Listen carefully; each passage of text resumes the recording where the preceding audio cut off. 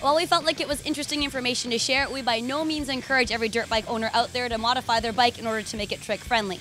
Please always operate your dirt bike safely. Now, a harder thing to do would be to transform your car into an F1 mobile. Near impossible, I'd say. But one thing that your car does have in common with an F1 car is a steering wheel, although it probably has slightly different functionality. Here's Auto123.com's Motorsport Editor, Rene Fagnan, to explain.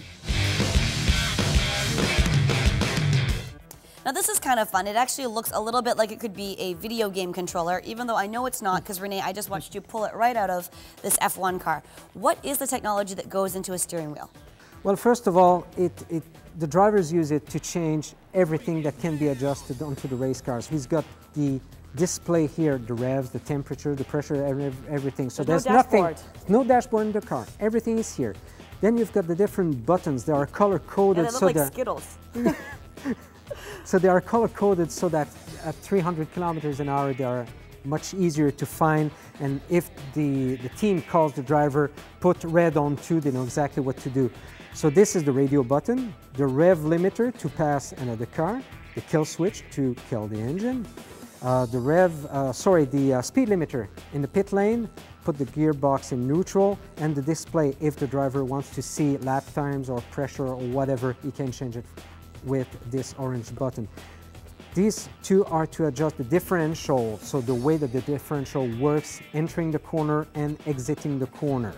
Now, what about these paddles? This remind me of driving a Porsche. Is it the same thing? Exactly. So it was introduced in Formula One with Team Ferrari in 1989 with the Ferrari X640.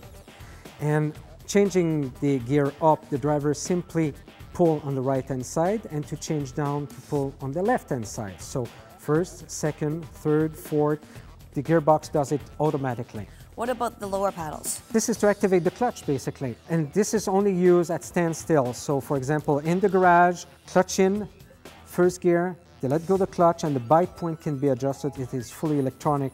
And after that, they simply pull on either side to go up one gear or go down one gear at a time. Why do we have this on both sides?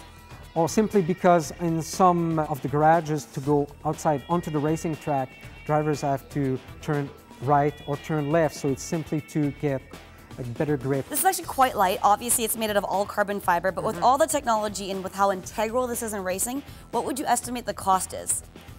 It's a very tough call because it's not sell on the market, but you can guesstimate it at about $40,000. $40,000.